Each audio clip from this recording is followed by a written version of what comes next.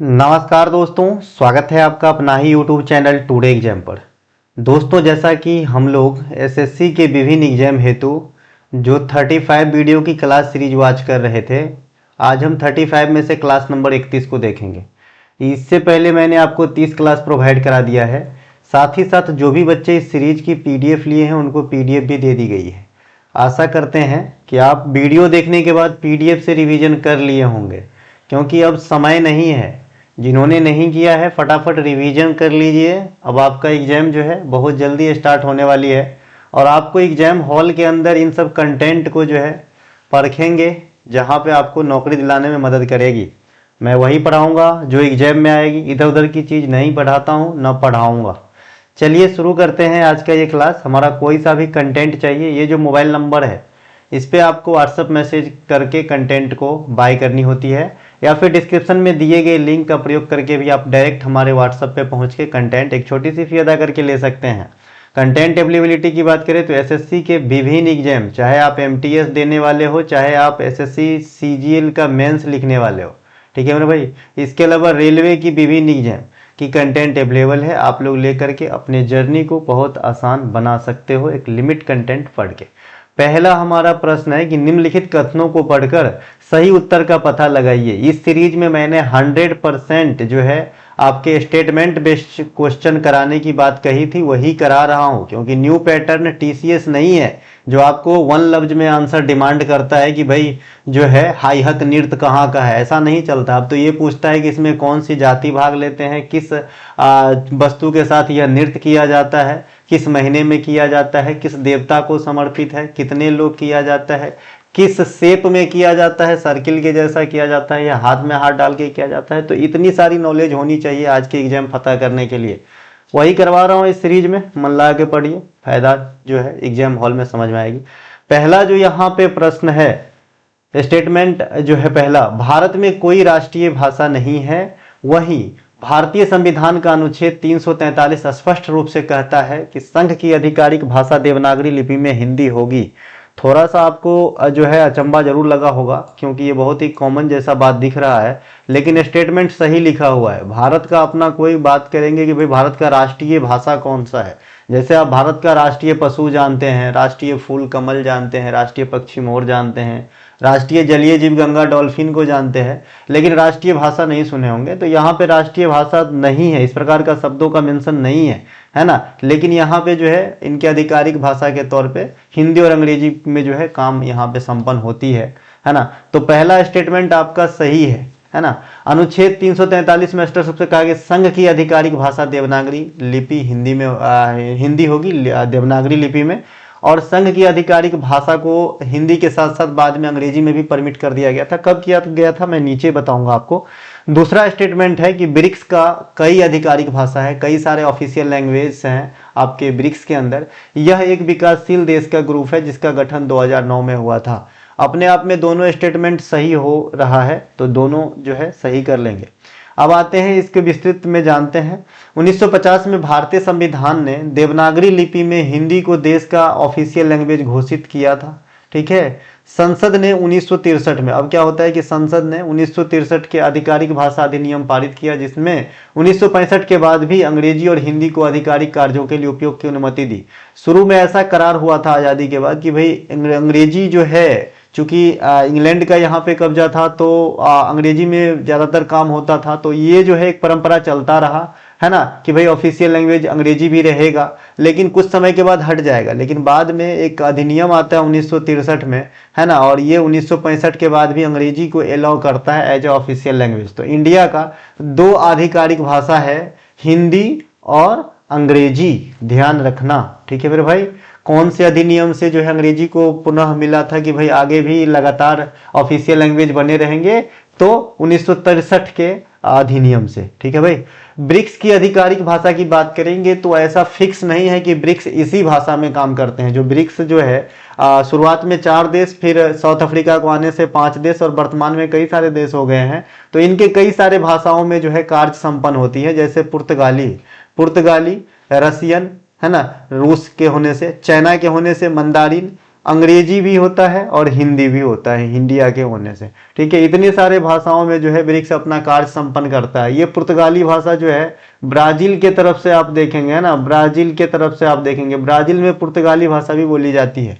BRICS शिखर सम्मेलन 2025 Brazil के Rio de Janeiro में आयोजित हुआ, जिसकी थीम थी अधिक समावेशी और सतत शासन के लिए वैश्विक दक्षिण सहयोग को सुदृढ़ बनाना। अंग्रेजी में जिनको जो है ये आपका थीम याद करना है ना, ये अंग्रेजी वाला याद कर लेना। मैं हिंदी में पढ़ाता हूं तो हिंदी वाला मैं बताया हूं, है ना। इसके थीम भी इंपॉर्टेंट रहेंगे ब्रिक्स वाला। और आपको पता होगा कि अगला ब्रिक्स का जो बैठक होगा, शिखर सम्मेलन होगा, वो इंडिया में होगा, इस लिहाज से और भी ज्यादा इंपॉर्टेंट हो जाता है। ठीक है मेरे भाई, तो ये ब्रिक्स इतने सारे भाषाओं में अपने कार्य को संपन्न करता है। पिछला बैठक 25 के ब्राजील रियो डी जेनेरियो में हुआ था, नेक्स्ट बैठक इंडिया में होगा। अब यहाँ पे ब्रिक्स में मैंने आपसे कहा कि भाई 2009 में जब ब्रिक्स का फॉर्मेशन हुआ था, है ना, तो ये जो है 4 देश ब्रिक से बना था, है ना, ब्रिक। यहाँ पे ब्राजील है, रसिया है, इंडिया है और चाइना है। बाद में क्या होता है, 2010 में साउथ अफ्रीका की एंट्री हो जाती है, तो ये ब्रिक्स से ब्रिक्स बन जाता है। अब वर्तमान में कई सारे देश हाल फिलहाल के वर्षों में इनमें सदस्यता ग्रहण किए हैं। जैसे 2009 में बात करें तो ये 4 आप यहाँ पे देख रहे हैं। 2010 में साउथ अफ्रीका की एंट्री से ब्रिक्स बना। फिर 2024 में क्या होता है, इथोपिया, ईरान, मिस्र, यूएई, है ना, ये 4 देश जो है आपका ब्रिक्स का सदस्य बन गया। यहाँ पे जो है सऊदी अरब का भी नाम होता है, लेकिन ऑफिशियल नहीं होती, इसीलिए यहाँ पे नहीं आपको दिख रहा है। तो ये 4 देश यहाँ पे, हालांकि अर्जेंटीना भी आवेदन दिए थे, बाद में अपना कदम पीछा कर लिए थे।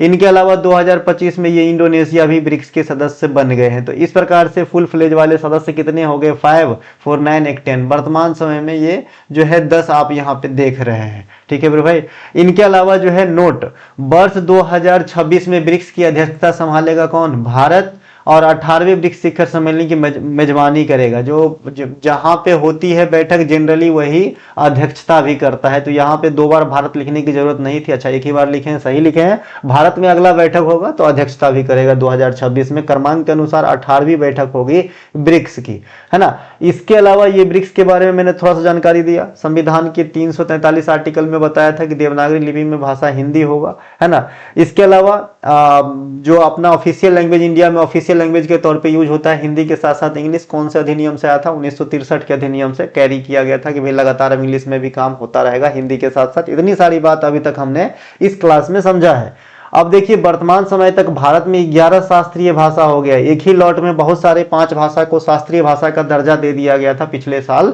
है ना, पिछले नहीं उससे पिछले साल। वर्तमान समय में भारत की 11 शास्त्रीय भाषा है, उनकी दर्जा प्राप्त और वर्ष का जो है ब्यौरा मैंने नीचे लिखा है। यहाँ पे जरा ध्यान से देखेंगे, क्या है कि जहन से अभी जा ही नहीं रहा है कि 2025 चला गया है। समय इतना फास्ट भाग रहा है, कोरोना के बाद से ऐसा लग रहा है कि भाई 1 महीना 1 वर्ष के जैसा है ना, 1 वर्ष 1 महीना के जैसा है। यहाँ पे देखिए सबसे पहले शास्त्रीय भाषा की दर्जा कहेंगे तो तमिल भाषा को दिया गया था 2004 में। अच्छा, शास्त्रीय भाषा सभी भाषा को दिया जा सकता है क्या, नहीं। जिस भाषा को किसी ऐतिहासिक स्रोत से यह ज्ञात हो कि यह भाषा 1500 से 2000 वर्ष पूर्व मतलब प्राचीन भाषा है, ओल्ड भाषा है, उन्हीं भाषा को जो है क्लासिकल भाषा की दर्जा दिया जा सकता है। कुछ क्राइटेरिया है, ठीक है मेरे भाई। तो यहाँ पे सबसे पहले अपन तमिल भाषा को शास्त्रीय भाषा का दर्जा दिया गया था। तमिल भाषा जो है ये कहाँ का भाषा है, तो ये तमिलनाडु का भाषा है, इन्हें ध्यान रखेंगे, ठीक है मेरे भाई। इनके अलावा संस्कृत को मिला था 2005 में, संस्कृत को 2005 में शास्त्रीय भाषा का दर्जा दिया गया था। कन्नड़ को 2008 में दिया गया था। कन्नड़ कहाँ का रहेगा, जो भाषा है ये कर्नाटक का है। इसके अलावा तेलुगु को 2008 में शास्त्रीय भाषा का दर्जा दिया गया था। तेलुगु कहाँ का भाषा है भाई, आंध्र प्रदेश प्लस तेलंगाना के अंदर जो है तेलुगु भाषा बोली जाती है। मलयालम ये केरला का भाषा है, 2013 में इन्हें शास्त्रीय भाषा का दर्जा दिया गया था। तो ये कुछ एक भाषा जिसके मैंने बताया। और इसके अलावा ओडिसी सबसे न्यू था, जब तक ये 5 भाषा 2024 में शास्त्रीय भाषा के दर्जा नहीं प्राप्त कर लिया था, है ना। अब जो है सबसे न्यू कौन सा हो जाएगा, इन 5 ये 5 सबसे ज्यादा नया हो जाएगा। पहले ओडिशा सबसे नया हुआ करता था 2024 से पहले। ओडिशा को 2014 में मिला था शास्त्रीय भाषा का दर्जा। अब एक लॉट में जो 5 शास्त्रीय भाषा आया, इनका यहाँ पे ब्यौरा है। मराठी, पाली, प्राकृत, असमिया, बंगाली, इन 5 को 2024 में क्लासिकल भाषा का दर्जा दिया गया था। एक साथ। यही पे बात कर लें कि भाई क्लासिकल नृत्य की संख्या कितनी है वर्तमान में, तो क्लासिकल नृत्य की संख्या जो है वर्तमान में 8-9 से 8 है। ठीक है मेरे भाई, क्लासिकल नृत्य ये ध्यान रखेंगे। जो आपका 9 आप कहीं कहीं लिखा हुआ देखते हैं तो 6 को संस्कृति मंत्रालय ने क्लासिकल नृत्य का दर्जा दिया है, ना कि संगीत नाटक अकादमी ने। तो ये बात ध्यान रखना। तो 8 ही क्लासिकल नृत्य है इंडिया के अंदर वर्तमान समय तक, ये बात ध्यान रखना। क्वेश्चन आपसे पूछा जाता है, जैसा कि आप सभी को पता होगा कि जो वैदिक चीज है या वैदिक काल है, उस समय सबसे ज्यादा मतलब फेमस भाषा संस्कृत है ना।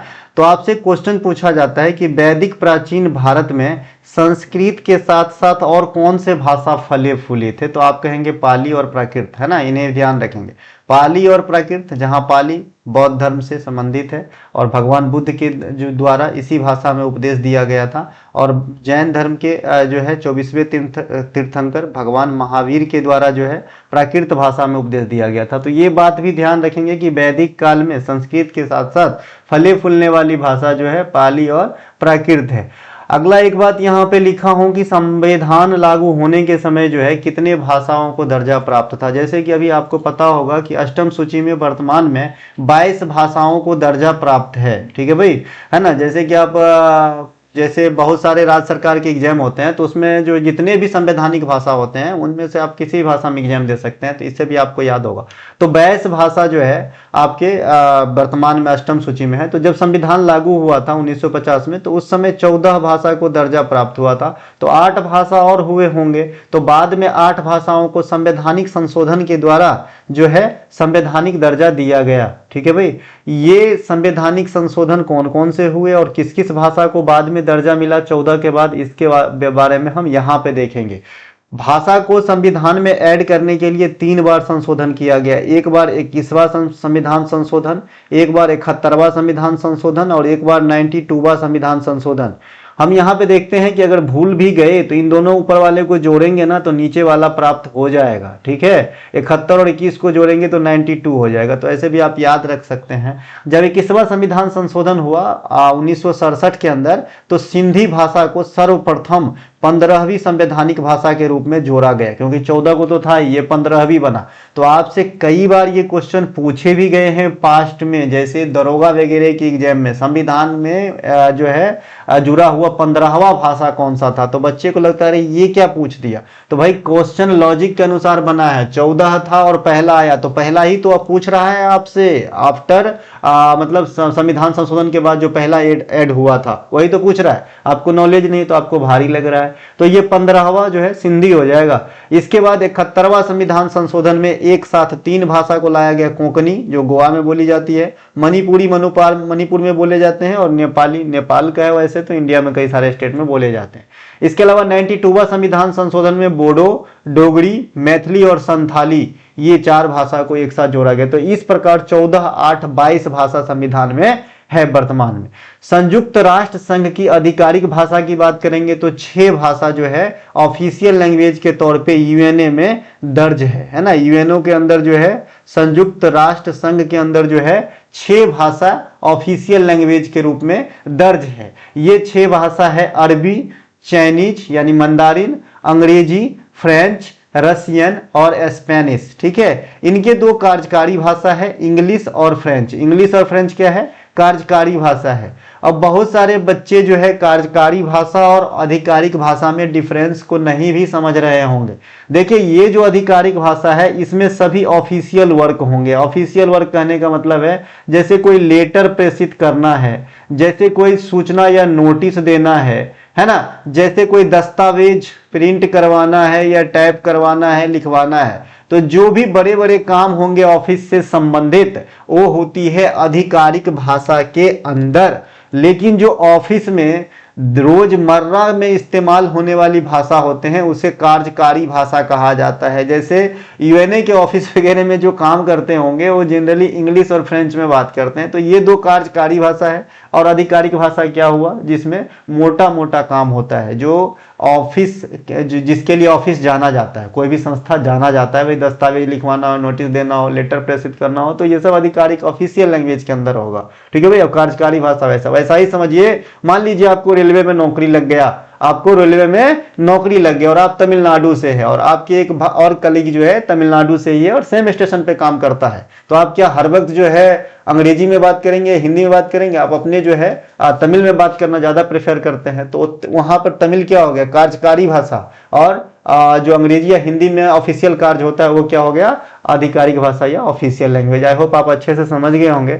आधिकारिक भाषा के बारे में जो मैंने अभी बताया है यही चीज यहाँ मैंने लिखित रूप में दे दिया है, ताकि आप अगर बाद में भूल जाओ तो पीडीएफ से रिवीजन में काम आएगा। इनके अलावा कार्यकारी भाषा बता दिया। संघाई सहयोग संगठन एक संस्था है जिसे अपन शॉर्ट में एससीओ कहते हैं, है ना, एससीओ कहते हैं। इसकी आधिकारिक भाषा रसियन और चाइनीज है ना, इसकी आधिकारिक भाषा क्या है, रसियन और चाइनीज है, ध्यान रखेंगे। इसकी आधिकारिक भाषा क्या है, रसियन और चाइनीज है, एससीओ के आधिकारिक भाषा। इसके अलावा भारत के पड़ोसी देश के जो ऑफिशियल लैंग्वेज है, यहां से भी क्वेश्चंस बनते हैं। तो भारत के पड़ोसी देश के ऑफिशियल लैंग्वेज की बात कर लेते हैं तो बांग्लादेश, है ना, बांग्लादेश के बंगाली है, ये बहुत कम पूछने की संभावना है क्योंकि नाम के ऊपर है। पाकिस्तान का भी बहुत कम पूछे जाने की संभावना है क्योंकि इस्लाम बहुल एरिया है, तो उर्दू होगा। और यहाँ पे पंजाबी भी बोली जाती है, साथ ही साथ हिंदी भी बोली जाती है पाकिस्तान के अंदर, है ना, लेकिन ऑफिशियल लैंग्वेज उर्दू को दर्जा दिया गया है। नेपाल में नेपाली है। भूटान का पूछा जाता है क्योंकि इसमें भुटनू नहीं है, जोंगखा है ना, भूटान का क्या है, जोंगखा, जोखंगा, जोंगखा, है ना, तो ये भूटान का ऑफिशियल लैंग्वेज याद रखना है। म्यांमार का भी नहीं पूछा जाता है क्योंकि आप सभी को पता है कि म्यांमार का प्राचीन नाम बर्मा था और उन्हीं के नाम के ऊपर यहाँ पे बर्मी भाषा बोली जाती है, तो ये भी नहीं पूछे जाते हैं, लेकिन नॉलेज में आपको रखना है। श्रीलंका, श्रीलंका में सिंहली और तमिल बोली जाती है ना, सिंहली और तमिल बोली जाती है। श्रीलंका को अगर आप अपने नक्शा पे देखेंगे, इंडिया के नक्शा के साथ इनका भी नक्शा रहता है, तो देखेंगे कि तमिलनाडु से नजदीक गिरेगा, तो ऐसे याद रखने में आसान है। तमिल भी बोली जाती है और इनका अपना सिंगली बोला जाता है। श्रीलंका को पहले क्या कहा जाता था भाई, सिलोन कहा जाता था, सिलोन। श्रीलंका से एक क्वेश्चन पूछा जाता है, यहाँ की सबसे बड़ी नदी तो महावेली गंगा, है ना, महावेली गंगा जो है ये श्रीलंका की सबसे बड़ी नदी है, इन्हें ध्यान रखेंगे, ठीक है। इसके अलावा चीन, अभी बताया था, एक क्वेश्चन आपसे करता हूं, हाल फिलहाल में श्रीलंका में कौन सा तूफान आया था, हाल फिलहाल में श्रीलंका में कौन सा तूफान आया था? जो जीनियस बच्चे हैं जरूर जवाब देना और अच्छा लगे तो लाइक भी करना, कम से कम मेरे लिए नहीं, अपने दिल से पूछो कि सही चीज पढ़ा रहा हूं, सही है कि नहीं, तुम्हारे काम का है कि नहीं। अगर तुम्हारा हार्ट बोलता है कि हाँ भाई सही है तो लाइक करना, है ना। तो ये जो है बताना कि श्रीलंका में हाल फिलहाल में कौन सा तूफान आया था। अब जनगणना 2011 को भाषा से रिलेट करते हैं। देखिए जनगणना 2011 के अनुसार सर्वाधिक 5 भाषा जो बोले जाते हैं, इनका ब्यौरा मैं नीचे लिखा हूं। ये 5 सबसे ज्यादा बोले जाने वाली भाषा है इंडिया में। ज्यादातर क्षेत्र में हिंदी बोली जाती है, तो यहाँ पे मोर देन 50% जो है हिंदी बोले जाने वाले लोगों की संख्या है, अकॉर्डिंग टू सेंसस 2011, है ना। दूसरे स्थान पे है बंगाली, सेकेंड स्थान पे बंगाली आते हैं, लगभग 10% जनता जो है बंगाली बोलते हैं। मराठी का स्थान तीसरा है, लगभग 8% जनता जो है ये मराठी बोलते हैं। और फिर चौथा स्थान पे तेलुगु और 5वां स्थान पे तमिल है। तो ये वो 5 भाषा है जो जनगणना 2011 के अनुसार, है ना, सबसे अधिक बोली जाती है, इन्हें ध्यान रखेंगे। इनके अलावा भाषा के आधार पर गठित होने वाला पहला राज्य कौन सा था, ये भी क्वेश्चन आपके एग्जाम में आते हैं। तो आंध्र प्रदेश जो है 1953 में भाषाई आधार पर गठित होने वाला देश का पहला राज्य था, इनका भी ध्यान रखेंगे। नेक्स्ट क्वेश्चन है, निम्नलिखित कथनों को ध्यान से पढ़े, सही उत्तर का पता लगाए। पहला स्टेटमेंट है कि IACR का मुख्यालय नई दिल्ली में है, आईकार का।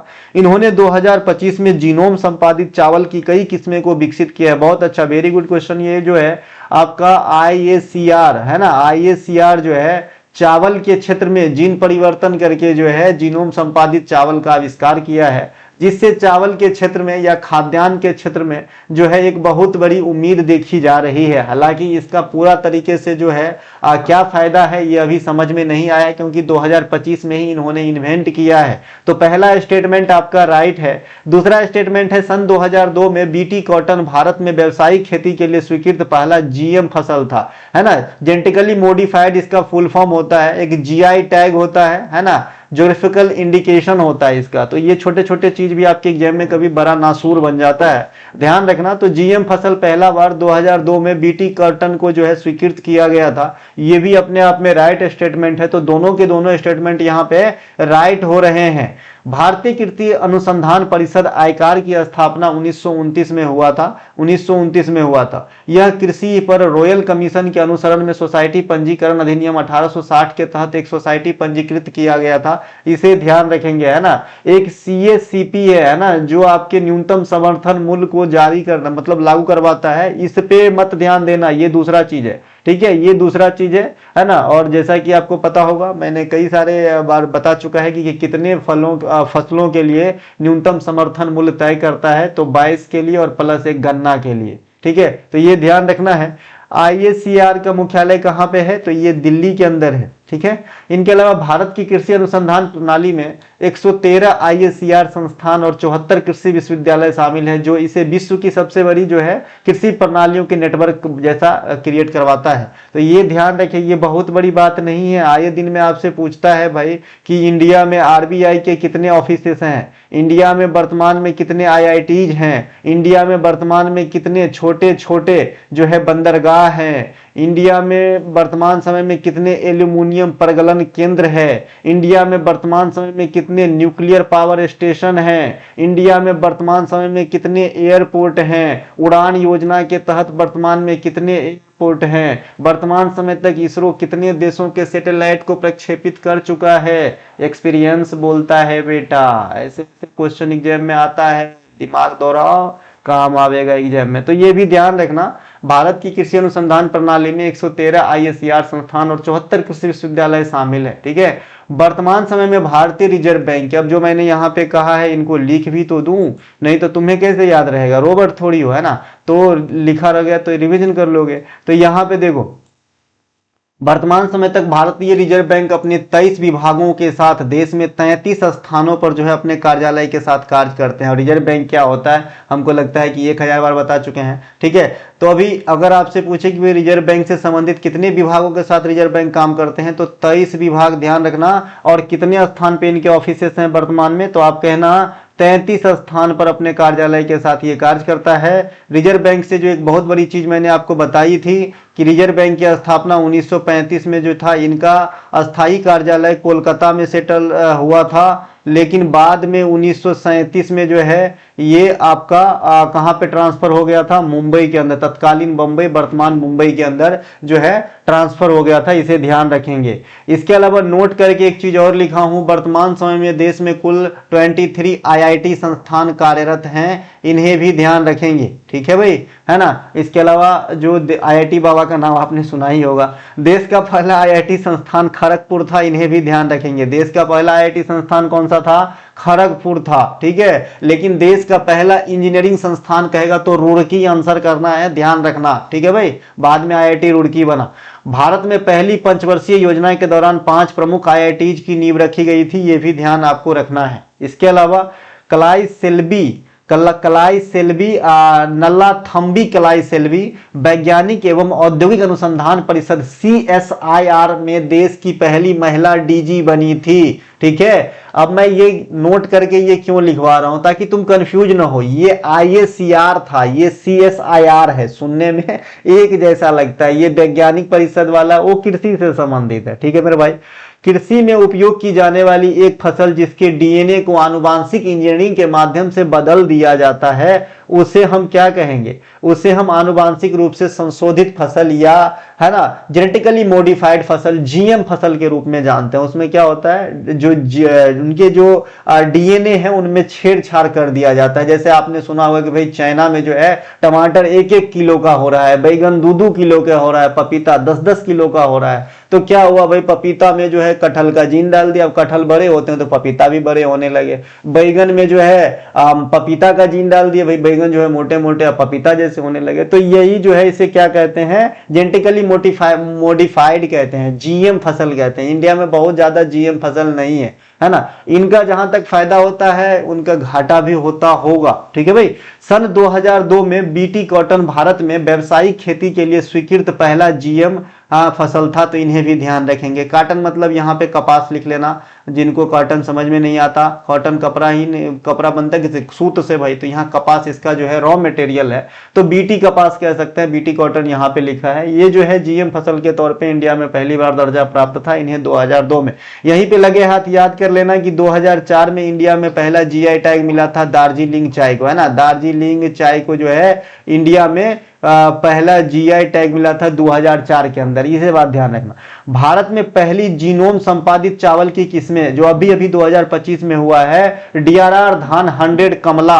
अगर आपसे इसका नाम भी पूछा जा सकता है कि भाई आईएसीआर के द्वारा, आईकार के द्वारा 2025 में निम्नलिखित में से चावल के किस्म को जीनोम संपादित करके एडिट किया गया, तो आप कहेंगे कमला 100 और पूसा डीएसटी, है ना। ये दोनों ध्यान रखना, ये दोनों जो है चावल के नए किस्म है जो जीनोम संपादित करके आईएसीआर के द्वारा विकसित किया गया है 2025 में, जो बताया जा रहा है कि चावल के क्षेत्र में एक क्रांति ला देगा और बहुत ज्यादा उपजाऊ है, साथ ही ये कम दिन में पक जाते हैं, कम पानी की आवश्यकता होती है और साथ ही ये मीथेन जैसे गैस का जो उत्सर्जन है वो कम करता है। इन्हें आईएसीआर द्वारा उन्नत CRSPR CAS9 जीनोम एडिटिंग तकनीक, ये एक तकनीक है जीनोम एडिट करने का, है ना, ये तकनीक का नाम है, इसका उपयोग करके विकसित किया गया है। यह जीनोम संपादित चावल की परिपक्वता 15-20 दिन पहले कटाई, यानी जो है जो नॉर्मल चावल अगर 150 दिन में पकता है या फिर 140 दिन में पकता है,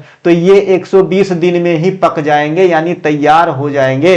यह जो आपका जीनोम एडिटिंग जो आईएसीआर इजाद किया है कमला 100 और पूसा, तो इसको जो है सूखा सहिष्णुता, मगर बहुत कम, बहुत ज्यादा पानी की जरूरत नहीं है, अगर सुखाड़ पड़ गया तो भी ये झेल जाएगा। उच्च नाइट्रोजन उपयोग क्षमता है, दक्षता है, यह सिंचाई जल को बचाएगा, है ना, और ग्रीन हाउस गैसों के उत्सर्जन को कम करेगा, खास करके मीथेन वगैरह। आप सभी को पता है, डायरेक्ट भी क्वेश्चन पूछा जाता है चावल की खेतों में कौन सी गैस पाई जाती है, तो मीथेन बहुत ज्यादा पाए जाते हैं, क्योंकि मीथेन का एक और नाम दलदली गैस है और चावल के खेतों में जनरली पानी लगी होती है, तो वहां पे मीथेन गैस की जो है प्रबल संभावना बनती है। तो इस प्रकार की गैस ग्रीन हाउस गैस कहलाती है और इस गैस का उत्सर्जन कम करेगा ये जो आपके जीनोम एडिटिंग चावल का उत्सर्जन आईएसीआर के द्वारा किया गया है। ठीक है मेरे भाई, तो कई सारे फायदा है, तो इस फायदा में से जो है आपके स्टेटमेंट के रूप में क्वेश्चन एग्जाम में आवेगा और आपको दाग के आना है। डीआरआर चावल 100 कमला किस्म का विकास, है ना, कौन किया है, तो आईएसीआर हैदराबाद द्वारा, है ना। और ये बात अगर आपसे पूछे कि भाई ये जो चावल है कमला 100,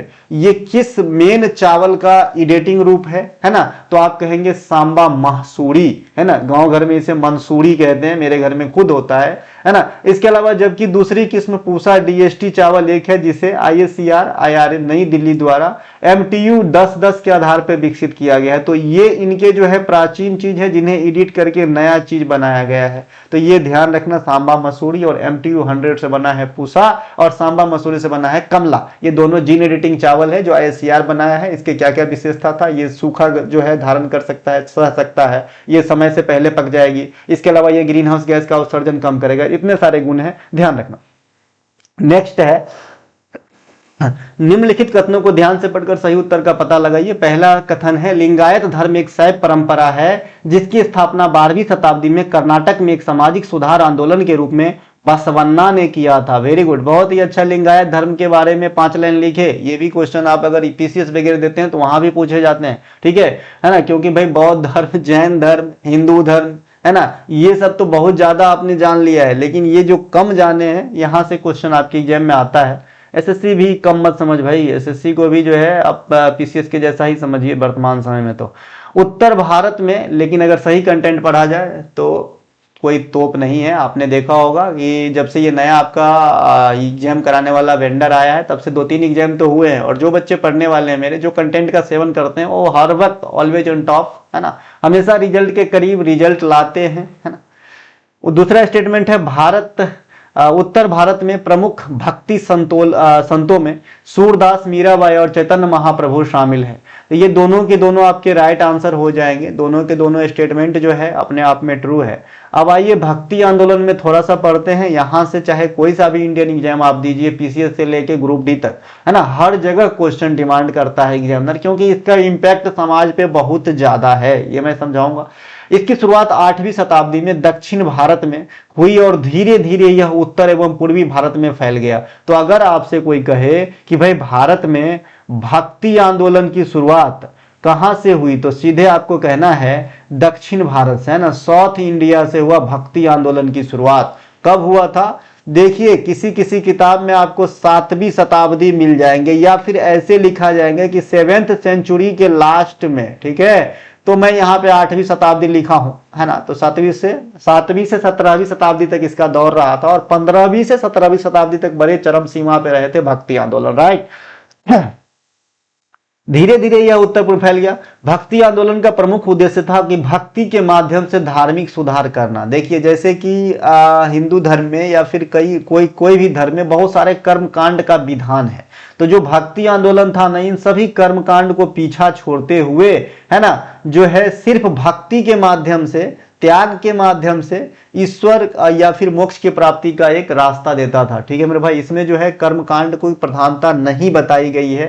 साथ ही साथ जो भी जाति व्यवस्था था उनको भी दरकिनार कर दिया गया है। इसमें कोई भी पार्टिसिपेट, कोई भी इस माध्यम से जुड़ सकते थे। तो ये कई सारे एडवांटेज है भक्ति आंदोलन का। ठीक है भाई, भक्ति आंदोलन की विशेषताएं मैंने यहाँ पे लिखा है। मोक्ष के लिए ईश्वर के प्रति समर्पण, सभी के लिए धार्मिक भागीदारी। कहने का मतलब इसमें कोई भी एंट्री मार सकता है, ऐसा नहीं कि आप सवर्ण है तभी जा सकते हैं, कोई भी जो है जा सकता था, यहां तक कि महिला भी जा सकती थी। भक्ति संतों ने संस्कृत के जगह स्थानीय भाषा में धार्मिक शिक्षाओं को लोकप्रिय बनाया। अब क्या होता था कि भाई जो संस्कृत है ना, तो उसके जगह पे जो भी स्थानीय भाषा है उनमें जो है धार्मिक शिक्षाओं को दिया जाने लगा या फिर निष्पादित किए जाने लगे। ये सेम उसी प्रकार कार्य करता है जैसे मान लीजिए आप इंडिया में रह के कितने भी अच्छे अंग्रेजी सीख लीजिए, कितना भी मैं बोल रहा हूँ, आप पीएचडी कर लीजिए, उससे भी कुछ ज्यादा होता है वो भी कर लेंगे, बहुत ज्यादा अच्छा बोल लेते हैं। लेकिन जो इंग्लैंड का आदमी होगा, जिनकी जन्म ही अंग्रेजी में हुआ था, अंग्रेजी वातावरण में हुआ था और जिंदगी भर वहीं रहे हैं, तो उनके जैसा आप नहीं बोल पाओगे। ये एकदम अटल सत्य है, चाहे आप कितना भी तेज हो। ठीक है भाई, नहीं बोल पाओगे 100%, और इनके जैसा आप समझ भी नहीं सकते हो। ठीक है, तो वही चीज है कि इन्होंने देखा कि भाई संस्कृत की जगह अगर जो स्थानीय लैंग्वेज रखा जाए तो ज्यादा बेटर है। तो भक्ति आंदोलन संस्कृत की जगह स्थानीय लैंग्वेज को प्रयोग किया, जो जहां के हैं उसी लैंग्वेज में इस चीजों से जुड़ सकते थे। इनके अलावा जिससे सामाजिक जागरूकता बढ़ी, इससे के द्वारा कीर्तन जैसे संगीत और नृत्य रूप जैसे सत्रिया जैसे भक्ति नृत्य का रूप विस्तार हुआ। एक क्वेश्चन यहां से पूछा जाता है कि भाई निम्नलिखित में से कौन से नृत्य जो है भक्ति आंदोलन से प्रेरित रहा था? तो आप कहेंगे सत्रिया नृत्य, जो सबसे लेटेस्ट शास्त्रीय क्लासिकल डांस भी है और ये असम राज्य का क्लासिकल डांस है और इसे शुरू करने का श्रेय वैष्णव संत शंकर देव को दिया जाता है। ठीक है, तो ये भक्ति आंदोलन से जुड़ा सत्रिया नृत्य है। इसके अलावा भक्ति आंदोलन में कर्मकांड, जैसे कि मैंने अभी कहा कि बहुत ज्यादा कर्मकांड इसके जो है दरकिनार कर दिया गया। जाति व्यवस्था और अस्पृश्यता, छुआछूत, इस सब को जो है नहीं माना गया। भाई कोई भी आ सकते हो, कोई भी कर सकते हो। ठीक है, अब देखिए जो भक्ति आंदोलन में पहला स्टेप आता है अलवार और नैनार संतों का आता है। जैसा कि मैंने शुरू में ही कहा था कि भक्ति आंदोलन की स्टार्टिंग इंडिया में जो है दक्षिण भारत से हुआ था। दक्षिण भारत में अलवार और नैनार संत हुए। ठीक है, तो पहले मैं अलवार के बारे में पढ़ूंगा। अलवार क्या है? 12 वैष्णव भगवान विष्णु के उपासक को वैष्णव कहा जाता था। ठीक है, भगवान शिव के उपासक को शैव कहा जाता है। ठीक है भाई, तो ये ध्यान रखना। तो अलवार कौन है? 12 वैष्णव भगवान विष्णु के भक्त कवियों का एक समूह था। उनकी रचना जो हुआ है ना, उनकी जो रचना है वो भगवान विष्णु के प्रति समर्पित होती थी, है ना। और इन रचनाओं में मोक्ष प्राप्त करने हेतु ईश्वर के प्रति समर्पण की अवधारणा पर बल दिया गया था। ये ध्यान रखेंगे। इसके अलावा जो अलवार संत है, इनकी जो काव्य वगैरह लिखे गए तो किस शीर्षक से लिखे गए या किस ग्रंथ में जो है आपको अभी भी देखने को मिलेगा। तो अलवार काव्य रचनाएं जो है, अलवार में भक्ति भजन और कविताएं। मुख्य वैष्णव ग्रंथ नायलियार दिव्य प्रबंधम, इसका नाम है भाई, ये ग्रंथ का लिख लेना, है ना। जैसे कि इससे पहले मैंने मणि मैखले बताया था, ठीक है, जो आपके एग्जाम में पूछा गया था। सिल्लप्पा दिक्कारम बताया था, ये भी आपके एग्जाम में पूछा गया था। तो ऐसे ही कुछ चीज जो वहां पे जाके सीधे अचंभित कर दे, भाई ये कौन सी किताब है, तो पहले ही पढ़ लो, मिल जाएगी उधर, है ना। तो भाई अलवार की जो काव्य रचना होती थी ये नल्यार दिव्य प्रबंधम में लिखा गया था। तमिल भाषा में रचित इन रचनाओं में भगवान विष्णु के दिव्य गुणों का वर्णन किया गया है। तो ये अलवार का ग्रंथ हो गया। अरे जैसे बौद्धों का ग्रंथ जातक और त्रिपिटक है, वैसे ही समझ के याद कर लो भाई, है ना। इसके अलावा यहाँ पे नोट करके मैंने एक चीज लिखा है कि अंडाल प्रसिद्ध महिला अलवार संत थी, है ना। प्रसिद्ध महिला अलवार संत क्या, एक ही महिला अलवार संत हुई जिसका नाम अंडाल थी, है ना। तो ये भी ध्यान रखना भाई, ये भी ध्यान रख लेना, कई बार पूछे जाते हैं आपके एग्जाम में अंडाल। इनके अलावा नैनार, अच्छा अंडाल जगह भी है, मैंने इंजन पे लिखा हुआ देखा है, रेलवे के इंजन पे अंडाल लिखा रहता है ना। नैनार 63 सैब, 63 सैब। अब मैंने बताया सैब किसे बोलते हैं, भगवान शिव के भक्त को। संत कवियों का एक समूह था जिसे नैनार कहा गया। ये भगवान शिव के प्रति पूर्णतः समर्पित थे, उनकी स्तुति में भजन व काव्य की रचना करते थे। ये रचनाएं भक्ति मार्ग तथा परमात्मा के प्रति प्रेम पर केंद्रित थे। तो कुल मिला के छोटे छोटे बात यही है, अलवार भगवान विष्णु के उपासक, नैनार भगवान शिव के उपासक। शिव के उपासक शैव होते हैं, विष्णु के उपासक वैष्णव होते हैं, है ना। अलवार की संख्या 12 का दल था, नैनार 63 के दल थे, ठीक है मेरे भाई। ये दोनों के दोनों साउथ इंडिया में फले फूले थे और आरंभिक भक्ति काल में इस प्रकार की चीजें हमें देखने को मिला था। जैसा कि मैंने अभी कहा कि भाई अलवार का जो आपका ये था, है ना, उनकी काव्य रचना, एक सेकंड में, हाँ तो हम कहाँ थे कि भाई अलवार का जो काव्य संग्रह वगैरह है, जो उनके लेख हैं, वो कहाँ वर्णित है, नालियार दिव्य प्रबंधम में, ये भी ध्यान रखना। अब मैं यहाँ पे आता हूँ, नैनार की भी इस प्रकार की रचनाएं हैं जो कहाँ पे आपको मिलेगा, है ना। तो इनके जो किताब का नाम है थिरुमुराई, है ना, इनके है थिरुमुराई। इन जो नैनार के द्वारा जो चीजें अब मिला लिखा गया, ये यहाँ पे आपको देखने को मिल जाएगा, ठीक है। इनके अलावा शैव मंदिर में भजन और स्तुति गाकर देवी देवताओं की पूजा वंदना करने के लिए नियुक्त किए गए लोगों को ओधूवर कहा जाता था। इन्हें भी ध्यान रखेंगे, ये अभी भी है ट्रेंड में, तमिलनाडु वगैरह में ओधूवर की नियुक्ति होती रहती है, तमिलनाडु, ठीक है। ये क्या होता है, जनरली समाज के जो माने जाते हैं कि भाई ये थोड़ा लो कास्ट के हैं, उनको नियुक्त किया जाता है, जो भगवान के मंदिर में स्तुति गाकर देवी देवताओं का गुणगान करने के लिए अपॉइंट किया गया होता है, ये ओधूवर, इसे भी ध्यान रखेंगे। भक्ति परंपराओं को चोल शासकों का संरक्षण प्राप्त था। भाई ये जैसे क्वेश्चन पूछा जाता है कि भाई कथक नृत्य को किसका संरक्षण प्राप्त था, तो ये अवध के नवाब का संरक्षण प्राप्त था भाई कथक नृत्य को। इसीलिए कथक शास्त्रीय नृत्य जो है, इसमें हिंदू कला के साथ साथ इस्लामी कला को भी जो है आपको झलक देखने को मिलेगा, ठीक है भाई, क्योंकि अवध के नवाब का संरक्षण प्राप्त था इस अपना कथक नृत्य को। इसी प्रकार से जो भक्ति परंपरा था, उस समय उनको चोल शासकों का संरक्षक प्राप्त हुआ था, है ना। इनके अलावा रामानुज भक्ति आंदोलन का दार्शनिक रूप में समर्थन करने वाले दक्षिण भारतीय विद्वानों में ये प्रथम थे। कौन, रामानुज। रामानुज का जो रास्ता था वो भी पूछे जाते हैं कि ये किससे जुड़े हैं, तो आप कहेंगे विशिष्ट द्वैतावाद से, ठीक है भाई।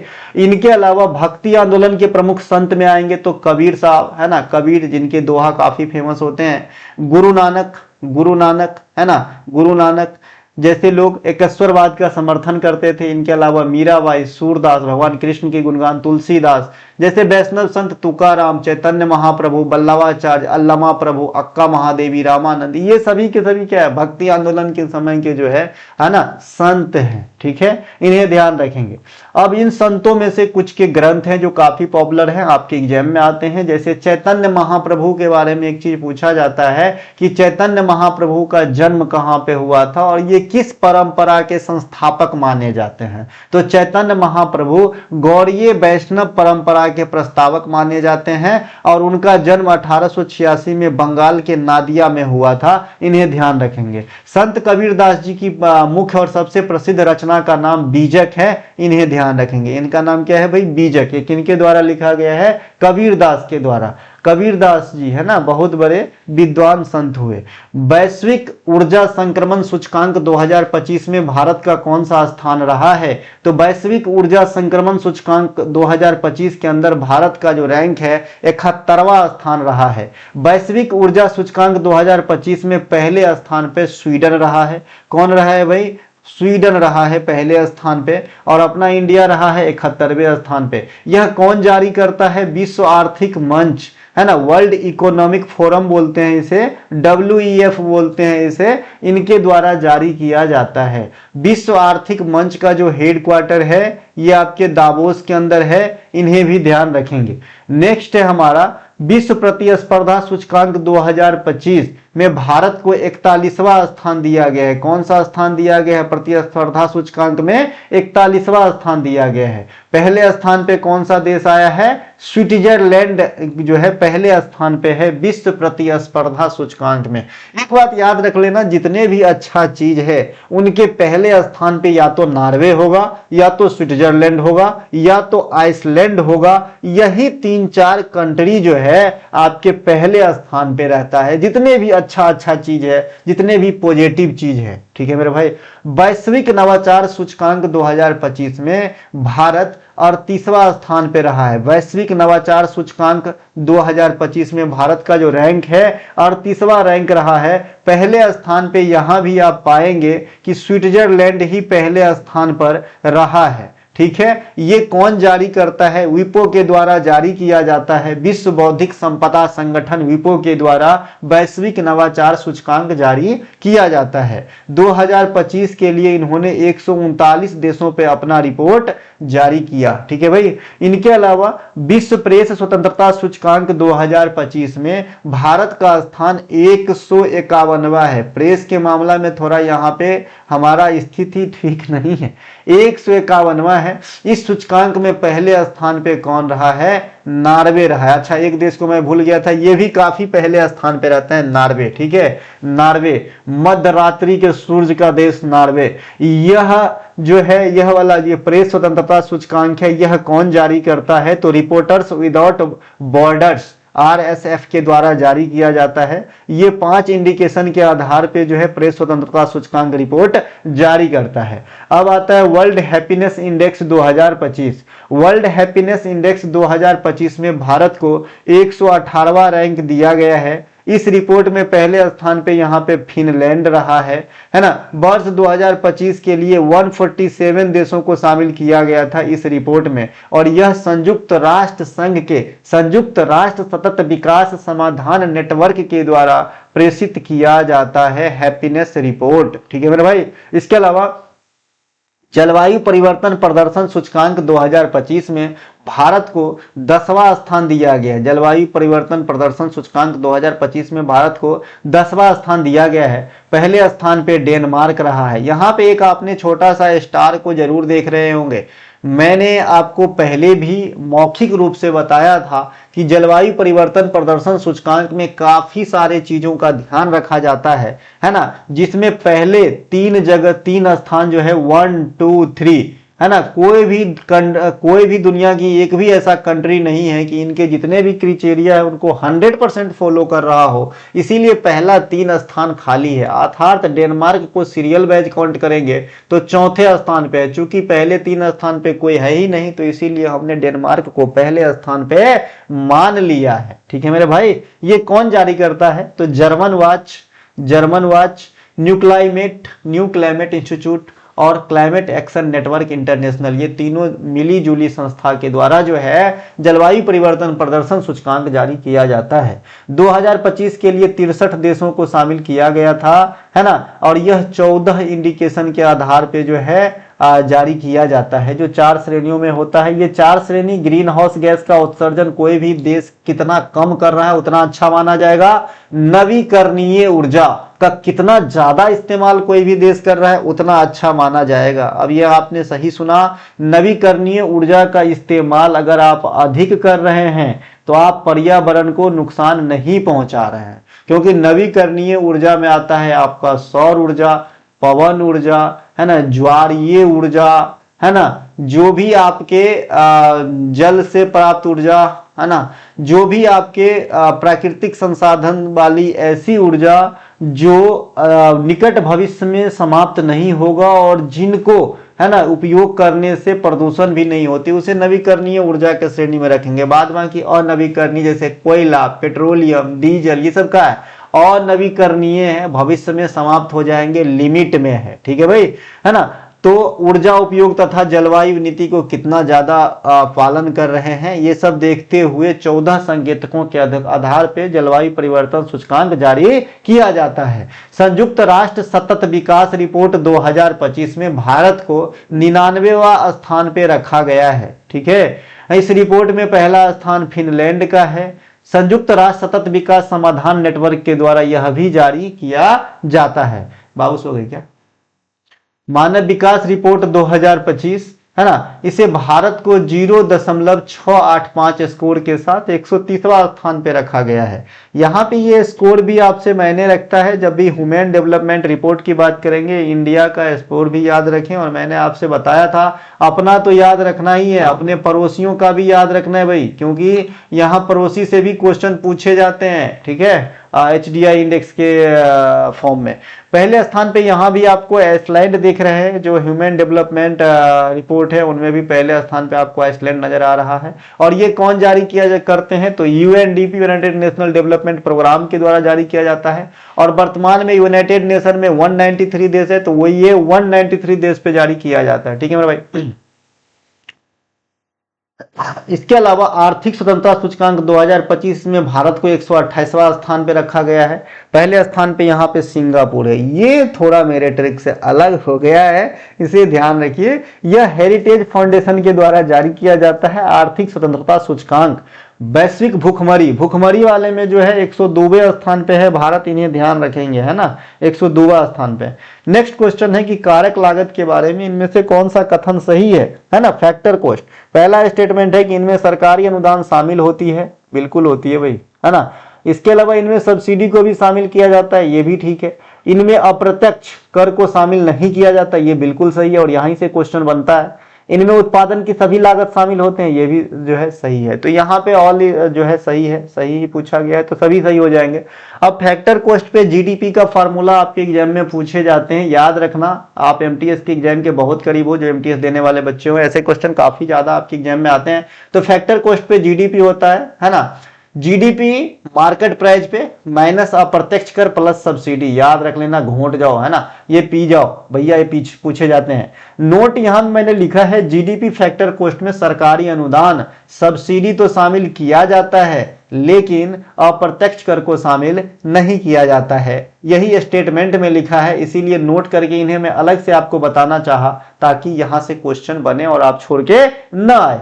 मार्केट प्राइस पे GDP क्या होता है, तो GDP जो फैक्टर कॉस्ट पे होता है उसमें अप्रत्यक्ष कर आप जोड़ करके सब्सिडी घटा देंगे, तो आपका मार्केट प्राइस पे GDP निकल जाएगा, है ना। मार्केट प्राइस पे GDP निकल जाएगा। अरे भाई इसी को बैलेंस कर लो ना, GDP मार्केट प्राइस, तो GDP फैक्टर कॉस्ट इधर जाके अप्रत्यक्ष कर क्या होगा, माइनस में है तो प्लस में हो जाएगा।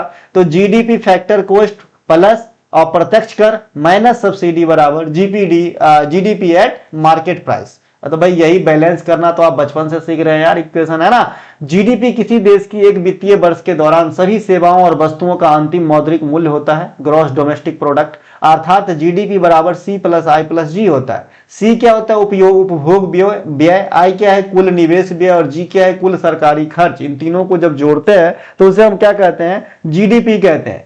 राष्ट्रीय आय क्या होता है, GDP माइनस आयात और निर्यात का अंतर, या नेशनल इनकम बराबर C+I+G minus X minus M होता है। ये राष्ट्रीय इनकम होता है। ठीक है, ये क्या है, राष्ट्रीय इनकम है। GDP में से जब आयात और निर्यात का आप अंतर को घटा देते हो तो राष्ट्रीय इनकम निकलता है। एक होता है भैया नेट डोमेस्टिक प्रोडक्ट, GDP, है ना, एक सेकेंड, NDP, है ना, GDP का भैया, ये ने NDP कर लो, है ना। ये NDP शॉर्ट में लिखना मैं भूल गया, वैसे फुल फॉर्म लिखा है, नेट डोमेस्टिक प्रोडक्ट। NDP क्या होता है, जब GDP में से आप मूल्य ह्रास को घटा देते हो, डिप्रीसिएशन को घटा देते हो। मैंने आपसे कई बार बताया है कि जब भी इकोनॉमिक्स के सूत्र में जब भी आप डिप्रीसिएशन मूल्य ह्रास को घटाओगे तो G का जो टर्म है वो G कन्वर्ट हो जाता है N के अंदर, G इंटू N हो जाता है। तो जो ग्रॉस होता है ना, वो नेट वाला शब्द आ जाता है। जैसे अभी आपने GDP में से डिप्रीसिएशन को घटाया है तो नेट डोमेस्टिक प्रोडक्ट, ग्रॉस हट के नेट डोमेस्टिक प्रोडक्ट हो गया है। ग्रॉस नेशनल प्रोडक्ट यहाँ पे क्या है भाई, जीएनपी क्या होता है कि जब जीडीपी में -x + m जोड़ देते हैं तो हमें जीएनपी प्राप्त होता है। अब ये -x और +m का मान मैं पहले भी बता चुका हूं, XO है। X कौन है भाई, XO है जो विदेशी मूल के आदमी इंडिया में आके धनों का उपार्जन कर रहा है, उनके द्वारा कमाए गए धन जीडीपी में से घटाते हैं। और MO है जो भारतीय मूल के कोई भी व्यक्ति किसी भी देश में जाके धन कमा रहा है और इंडिया को सपोर्ट कर रहा है तो उसका धन क्या होता है, जोड़ देते हैं। ठीक है भाई, तो अब हम क्या कहते हैं भैया, इसे ग्रॉस नेशनल प्रोडक्ट कहते हैं। जब जीडीपी के साथ ऐसे संक्रिया अपनाई जाती है कि बाहरी मूल के जो व्यक्ति है उनके द्वारा कमाए गए धन को जीडीपी में से घटा दो और अपने यहाँ के जो व्यक्ति बाहर जाके कमा खटा रहा है उनका धन जोड़ दो, तो जो प्राप्त होगा वो क्या होगा, जीएनपी होगा। ठीक है भाई, अब यहाँ पे नोट करके एक चीज लिखा हुआ है, बंद अर्थव्यवस्था में जीडीपी बराबर जीएनपी। आप सभी को पता होगा कि भाई बंद अर्थव्यवस्था क्या होता है कि भाई जिसमें न तो किसी से कुछ लेना है और न किसी से कुछ लेना है, तो देना है। यहीं से सीजीएल वगैरह में क्वेश्चन बन जाती है ना, कि भाई बंद अर्थव्यवस्था के बारे में निम्नलिखित कथनों पर विचार करके सही उत्तर का पता लगाइए, है ना, कि भाई बंद अर्थव्यवस्था में आयात निर्यात ठप होती है, बंद अर्थव्यवस्था वाली देश साधारण अवस्था में गरीब है या गरीबी की ओर बढ़ते चले जाते हैं। ये दो स्टेटमेंट मैंने बताया, दोनों स्टेटमेंट अपने आप में राइट हो जाएगा। अगर आप कोई भी देश हैं, अगर आप दूसरे से व्यापार नहीं चलाओगे, नहीं करोगे, तो आप सामान्य जो रहोगे उससे नीचे ही होंगे, ऊपर तो नहीं हो सकते। ठीक है भाई, तो भाई आयात निर्यात नहीं होगा तो देश जो है ज्यादा विकास नहीं कर पाता, गरीबी की तरफ भाग जाता है। तो ये दो स्टेटमेंट बताया, इससे भी ध्यान रखना। मैं बंद अर्थव्यवस्था को समझा रहा हूं जहां पे क्या होता है, आदान प्रदान होते ही नहीं वस्तु का, इसीलिए जीडीपी बराबर जीएनपी होता है। क्या होता है भाई, जीडीपी बराबर जीएनपी हो जाता है, जीडीपी बराबर जीएनपी हो जाता है। इसके अलावा डिस्पोजल पर्सनल इनकम, है ना, ये क्या होता है, जो भी आपके पर्सनल इनकम होते हैं, पर्सनल इनकम में बहुत सारे चीज आते हैं, ये ध्यान रखना। पर्सनल इनकम जैसे मान लीजिए आप एक सैलरीड पर्सन है, आप जो है ना, यूपीएससी में आईएएस है ना, यूपीएससी में करके आप आईएएस बन गए तो आपका अपना पेमेंट है भाई, है ना, और आपने जो है एक मतलब चाय का कैफे भी खोल रखा है, काफी स्टैंडर्ड, विराट कोहली स्टाइल वाला, है ना, तो वहां से जो कमाई आ रहा है ना आपके नाम पे, तो वो भी आपके पर्सनल इनकम ही है। ऐसा नहीं कि आप जो सैलरी मिल रहा है वही आपके पर्सनल इनकम है ना, तो आपको चाहे जितने भी स्रोत से पैसा आता हो आपके नाम पे, सब आपके पर्सनल इनकम हो गए। तो उस पर्सनल इनकम में से जब आप डायरेक्ट टैक्स को घटा देते हैं, यानी इनकम टैक्स को अगर आप घटा देते हैं और तब जो पैसा आपका बच जाता है, उस पैसे से आप कुछ भी कीजिए, कोई नहीं पूछेगा, तो उसे क्या कहा जाता है, डिस्पोजेबल पर्सनल इनकम। एक होता है भैया एनएनपी। अभी आपने जीएनपी ऊपर में देखा था और मैंने कहा था कि जब भी, है ना, मूल्य ह्रास को घटाएंगे तो ये जी शब्द जो है, ये जी शब्द कन्वर्ट हो जाएंगे एन में, जी इंटू एन हो जाता है। तो जब जीएनपी में से डिप्रिसिएशन को घटाएंगे तो एनएनपी हो जाता है, नेट नेशनल प्रोडक्ट हो जाता है। नेक्स्ट क्वेश्चन है, निम्नलिखित दिए गए कथनों को ध्यान से पढ़कर सही उत्तर का पता लगाइए। पहला है, विश्व एथलेटिक्स चैंपियनशिप 2025 में नीरज चोपड़ा कांस्य पदक प्राप्त किए थे। अरे भाई 2025 में कोई भी भारतीय के द्वारा पदक नहीं मिला, तो पहला स्टेटमेंट रॉन्ग हो जाएगा। विश्व पैरा एथलेटिक्स चैंपियनशिप 2025 में भारत में कुल 22 पदक प्राप्त किए, तो ये दूसरा स्टेटमेंट सही है। यहाँ पे मे की जगह पे ने लिख दीजिए, है ना, दूसरा जो है स्टेटमेंट आपका राइट हो जाएगा, पहला रॉन्ग हो जाएगा। ठीक है, आइए, विश्व एथलेटिक्स चैंपियनशिप 2025 का आयोजन जापान के राजधानी टोक्यो के अंदर करा गया, लेकिन भारतीय दल तो वहां पे गए थे, बहुत सारे बच्चे गए थे, लेकिन जो है यहाँ पे पदक नहीं जीत पाए हैं। ठीक है भैया, इनके अलावा अगर आपसे पूछे कि विश्व एथलेटिक्स चैंपियनशिप के अंदर पदक जीतने वाले पहले भारतीय कौन थे, तो अंजू बॉबी जॉर्ज। ठीक है भाई, आप सही सुन रहे हैं, है ना, अंजू बॉबी जॉर्ज जो थी, ये कोई पहली भारतीय थी जिन्होंने विश्व एथलेटिक्स चैंपियनशिप के अंदर पदक जीती थी 2003 में पेरिस में लंबी कूद के अंदर। तो कभी कभी,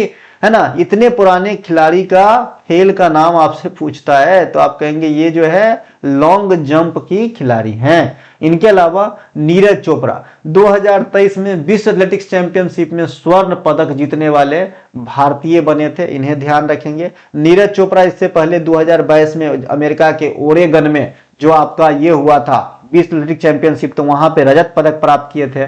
यहां से क्वेश्चन बन जाएंगे कि विश्व एथलेटिक्स चैंपियनशिप में 2 पदक जीतने वाले एकमात्र भारतीय कौन है? तो आप कहेंगे ये नीरज चोपड़ा जो है विश्व एथलेटिक्स चैंपियनशिप में 2 पदक जीतने वाले एकमात्र भारतीय है, जिन्होंने रजत और गोल्ड दोनों प्राप्त किया है। भारतीय टीम ने विश्व पैरा एथलेटिक्स चैंपियनशिप 2025, जिसका 12वां संस्करण था, अब ये भैया पैरा वाला है, इससे पहले सीधे एथलेटिक्स था, है ना, अब ये पैरा वाला है। पैरा वाला आप सभी को पता है, इसमें डिजेबल्ड पर्सन ही भाग लेते हैं, है ना। तो जो विश्व पैरा एथलेटिक्स 2025 हुआ, ये आपके दिल्ली में हुए, जहां भारतीय दल ने 22 पदक प्राप्त किए। पदक का ब्यौरा 6 गोल्ड, 9 रजत और 7 कांस्य है। इस प्रतियोगिता का आयोजन सितंबर अक्टूबर 2025 राजधानी क्षेत्र दिल्ली में कराया गया। ध्यान रखना, पैरा वाला जो एथलेटिक्स चैंपियनशिप हुआ है दिल्ली में हुआ है, मेन वाला जो है टोक्यो जापान में हुआ है। प्रतियोगिता में पदक लिस्ट में पहला स्थान ब्राजील का है। जनरली चाइना रहता था, लेकिन इस बार चाइना को पछाड़ करके जो है ब्राजील पहला स्थान प्राप्त किया था पैरा एथलेटिक्स चैंपियनशिप 2025 में, जिन्होंने 44 पदक प्राप्त किए थे, 15 को गोल्ड, 20 को रजत, और घटा लीजिएगा जितना बचेगा उतना ब्रॉन्ज मेडल हो जाएगा, 9 को। ठीक है, नोट, विश्व पैरा एथलेटिक्स चैंपियनशिप 2025 में भारत 22 पदक जो जीते थे, उनका ब्यौरा यहाँ पे मैंने तो बता ही दिया था, 6 को गोल्ड, 9 को रजत और 7 को कांस्य। लेकिन यहाँ पे रैंक के हिसाब से भारत को मेजबान भी था, और ये 10वां स्थान था। मेजबान उन्हें कहा जाता है भाई जहां पे होस्ट होती है कोई भी खेल, गांव घर में मेजबान उन्हें कहा जाता है, कोई कुटुंब घर आते हैं उन्हें, ठीक है भाई, खास करके दामाद जी को मेजबान कहा जाता है, आपने पंचायत देखा होगा। इनके अलावा हासिल किया इस प्रतियोगिता में जो 6 गोल्ड मिला है भारत को पैरा एथलेटिक्स चैंपियनशिप 2025 में, ये 6 गोल्ड मेडलिस्ट का नाम मैं नीचे प्रस्तुत कर रहा हूं, क्योंकि यहां से क्वेश्चन पूछे जाने की पूरी संभावना है। सुमित एंटिल पुरुषों के भाला फेंक में F64 वर्ग में गोल्ड जीते। संदीप सिंह सरगर पुरुषों के F44 वर्ग में जो है इन्होंने भाला फेंका और स्वर्ण जीते। शैलेश कुमार पुरुष के ऊंची कूद में T63 में गोल्ड। रिंकू हुड्डा पुरुष के जेवलिन में F46 में गोल्ड। निषाद कुमार पुरुषों की ऊंची कूद T47 में गोल्ड, और सिमरन शर्मा महिला में 100 मीटर T12 स्वर्ण पदक। तो ये सिमरन शर्मा का नाम आपकी एग्जाम में पूछे जा सकते हैं कि ये किन खेल से संबंधित है, तो मुंह बाप दोगे अगर नहीं सुने रहोगे तो, है ना। तो ये भैया आपका जो है महिला वाला धावक है, ठीक है भाई। इनके अलावा भारत ने नई दिल्ली भारत में आयोजित भारत के यहाँ पे 2 जगह मिस प्रिंट करा, भारत के नई दिल्ली भारत में आयोजित विश्व पैरा एथलेटिक्स ग्रैंड प्रिक्स 2025 भी हुआ है। ये मार्च महीना में हुआ था, और इससे पहले जब ये आपने पैरा एथलेटिक्स चैंपियनशिप वो भी दिल्ली में हुआ है इस बार, है ना, तो वो हुआ था सितंबर अक्टूबर में, ठीक है भाई, दोनों बात ध्यान रखना, ठीक है। तो ग्रैंड प्रिक्स में भारतीय दल ने 134 पदक प्राप्त करके जो है पहला स्थान हासिल किया था। पैरा वाले में 22 पदक हासिल करते हुए 10वां स्थान हासिल किया था, और मेन वाले एथलेटिक्स चैंपियनशिप 2025 में कोई भी पदक नहीं प्राप्त किया था। तो तीनों चीज जो है आपका क्लियर हो गया होगा। निम्नलिखित में दिए गए कथनों पर विचार करते हुए सही उत्तर का पता लगाइए। पहला है ऑप्टिकल फाइबर का इस्तेमाल कंप्यूटर नेटवर्किंग, पावर ट्रांसमिशन तथा चिकित्सा प्रणाली में होती है। बिल्कुल सही है, डेटा को भेजने के लिए, प्रेषित करने के लिए, शल्य चिकित्सा में, कंप्यूटिंग में और सेंसर इत्यादि के रूप में जो है ऑप्टिकल फाइबर का इस्तेमाल किया जाता है। ऑप्टिकल फाइबर का इस्तेमाल इसलिए किया जाता है क्योंकि इसके डेटा के प्रेषण में लॉस जो है नगण्य हो जाता है ना, लॉस जो है ये क्या हो जाता है, नगण्य हो जाता है, बहुत कम हो जाता है ना, कितना भी टेढ़े मेढ़े रास्ता रहे बिल्कुल पहुंच जाता है एकदम, है ना। इनके अलावा लेजर के प्रयोग से की जाने वाली 3D इमेजिंग की प्रक्रिया को हेलोग्राफी कहा जाता है। बिल्कुल, हेलोग्राफी जो है लेजर पर तकनीक से की जाने वाली 3D इमेजिंग सिस्टम है। तो दोनों के दोनों आपके राइट आंसर हो जा रहे हैं यहाँ पे। ऑप्टिकल फाइबर के बारे में समझेंगे। ऑप्टिकल फाइबर का आविष्कार जो है भारतीय अमेरिकी वैज्ञानिक नरेंद्र सिंह कपानी के द्वारा किया गया था। इसे ऑप्टिक्स फाइबर का पिता भी कहा जाता है। ऑप्टिकल फाइबर का उपयोग में आएंगे तो एंडोस्कोपी में होता है। एंडोस्कोपी होता है जो शरीर के आंतरिक भाग, शल्य चिकित्सा इत्यादि, है ना, तो इसमें इस्तेमाल किया जाता है। सेंसर के रूप में कार्य किया करते हैं, आप अपना ऑप्टिकल फाइबर का इस्तेमाल करते हैं। टेलीकम्युनिकेशन क्षेत्र में जैसे आपका टेलीकॉम वगैरह हो गया, और भी कई सारे टेलीकम्युनिकेशन में बहुत सारे चीज आ जाता है। कंप्यूटर का भी इसमें पकड़ लेंगे, है ना। ऑप्टिकल फाइबर जो है पूर्ण आंतरिक परावर्तन, टोटल रिफ्लेक्शन ऑफ लाइट के सिद्धांत पे कार्य करता है, इसे भी ध्यान रखेंगे। लेजर का आविष्कार किसने किया था, ये आपसे ज्यादा पूछा जाता है, तो अमेरिकी भौतिक वैज्ञानिक मैमन ने किया था, हेराल्ड मैमन ने, तो इन्हें भी ध्यान रखेंगे। प्रत्यावर्ती धारा का आविष्कार किसने किया था, इस क्वेश्चन के माध्यम से जो इंपॉर्टेंट आविष्कार है वो मैं आपको बता रहा हूं, ताकि अगर चुटपुटिया क्वेश्चन भी पूछे तो आपके एग्जाम में छूटे नहीं। चुटपुटिया नहीं पूछता है, वो जमाना गया जब पेनिसिलिन का अलेक्जेंडर फ्लेमिंग ने खोजा था, और ये जो है वो खोजा था, एकदम धीरे धीरे वाला नहीं पूछता है। अब ऐसा पूछता है जो आपको शॉक कर देगा, थर्मामीटर का आविष्कार किसने किया था, बैंडेड का आविष्कार किसने किया था, है ना भाई। आप जिसको सोचे भी नहीं थे वही पूछ दिया, तो दिक्कत कर देगा, इसीलिए याद रखो, ठीक है। प्रत्यावर्ती धारा का आविष्कार जो है ये निकोलस टेस्ला ने किया था। प्रत्यावर्ती धारा आप सभी आप जानते हैं, प्रत्यावर्ती धारा जो है कि जितने देर एक दिशा में उतने ही देर विपरीत दिशा में गमन करता है। घर में हम प्रत्यावर्ती धारा अल्टरनेटिव करंट एसी का इस्तेमाल करते हैं। घर का जो विद्युत सप्लाई होती है जनरली 230 वोल्ट पे चलती है, इसे भी ध्यान रखेंगे। ये सब आपको ध्यान रखना है जी, है ना। प्रत्यावर्ती धारा को दिष्ट धारा में बदलने के लिए हम लोग क्या करते हैं, रेक्टिफायर का इस्तेमाल करते हैं, है ना। और दिष्ट धारा यानी डीसी से एसी में चेंज करने के लिए हम लोग इन्वर्टर का इस्तेमाल करते हैं, तो ये भी धारा मतलब बात याद रखना है। अब आते हैं यहाँ पे पेट्रोल से चलने वाली कार जो है उसका आविष्कार सबसे पहले किसने किया, कार्ल बेंज के द्वारा किया गया था, इसे ध्यान रखेंगे। बाइफोकल लेंस गैलीलियो महाराज बेंजामिन फ्रैंकलिन महाराज बनाए थे, तो इन्हें भी ध्यान रखेंगे। जो त्वरित चालक का आविष्कार है ना, त्वरित चालक क्या होता है, जो लाइटनिंग वगैरह को रोकता है, बड़े बड़े बिल्डिंग पे आपने देखा होगा लगा रहता है ना, तो उसका भी आविष्कार बेंजामिन फ्रैंकलिन के नाम ही जाता है, ठीक है। इनके अलावा टेलीफोन का आविष्कार अलेक्जेंडर ग्राहम बेल के द्वारा किया गया था, इन्हें भी ध्यान रखेंगे। अलेक्जेंडर ग्राहम बेल के द्वारा किया गया था टेलीफोन का आविष्कार, है ना। रेडियो, टेलीफोन, टेलीग्राफ और टेलीविजन के विकास में शुरुआती नींव रुडोल्फ हर्ट्ज के द्वारा रखा गया था, ये बात ध्यान रखना है ना। भले भैया बाद में अलग अलग वैज्ञानिकों ने अलग अलग चीज को खोजा और उन्होंने अपना नाम कमाया, अपने नाम से जो है चीजों को खोजने का श्रेय लिया, लेकिन शुरुआती जो है इन्होंने इफर्ट मारे थे, है ना, यानी शुरुआती जो है इन्होंने मेहनत किए थे इन चीजों के मतलब खोजने में या फिर विकास में शुरुआती योगदान दिए थे। कौन भैया, रुडोल्फ हर्ट्ज। इनके अलावा टेलीविजन जेएल बेयर्ड के द्वारा जो है खोजा गया था, जॉन लॉगी बेयर्ड, है ना, जेएल बेयर्ड के द्वारा खोजा गया था। क्लिनिकल थर्मामीटर का आविष्कार जो है क्लिपर्ड अल्बर्ट के द्वारा किया गया था। बैंडेड का आविष्कार अर्ल डिक्सन के द्वारा किया गया था। चेचक के टीका का आविष्कार जो है एडवर्ड जेनर और जोनास साल्क के द्वारा किया गया था। इन्होंने माफ कीजिएगा, जोनास साल्क पोलियो में आएगा, ठीक है, एडवर्ड जेनर सही है। चेचक के टीका जो है एडवर्ड जेनर के द्वारा किया गया था। पोलियो का टीका जहां जहां टीका तक लिखा गया भाई, यहाँ पे टीका लिख लेना फिर से, मैं सही करके दूंगा पीडीएफ में, कोई दिक्कत नहीं।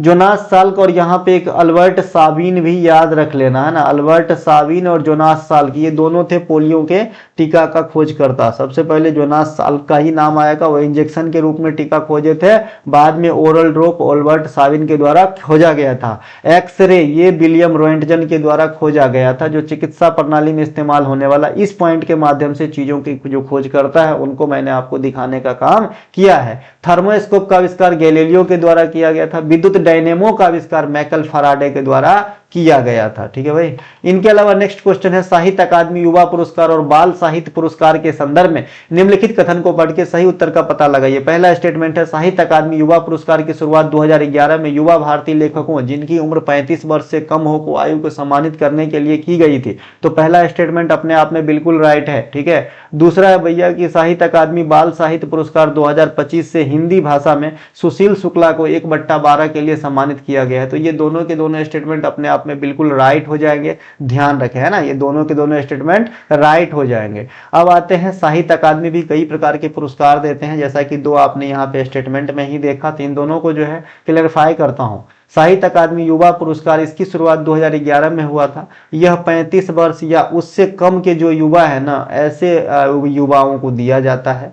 इसके अलावा, है ना, यह पुरस्कार जो है अंग्रेजी और राजस्थानी सहित 24 भारतीय भाषा में दिया जाता है। अंग्रेजी और राजस्थानी सहित 24 भारतीय भाषा में क्या हो गया भाई, तो 22 आपका संवैधानिक भाषा हो गया, प्लस 1 इंग्लिश हो गया, है ना, और प्लस 1 आपका राजस्थानी हो गया। तो ये मिला के जो है 24 भाषा में इस प्रकार का प्राइज जो है आपको दिया जाता है, ठीक है भाई।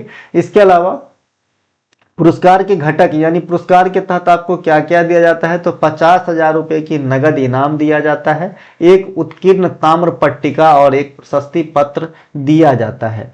साहित्य अकादमी युवा पुरस्कार की बात करें तो 2025 में अलग अलग भाषाओं के लिए अलग अलग राइटर का दिया गया।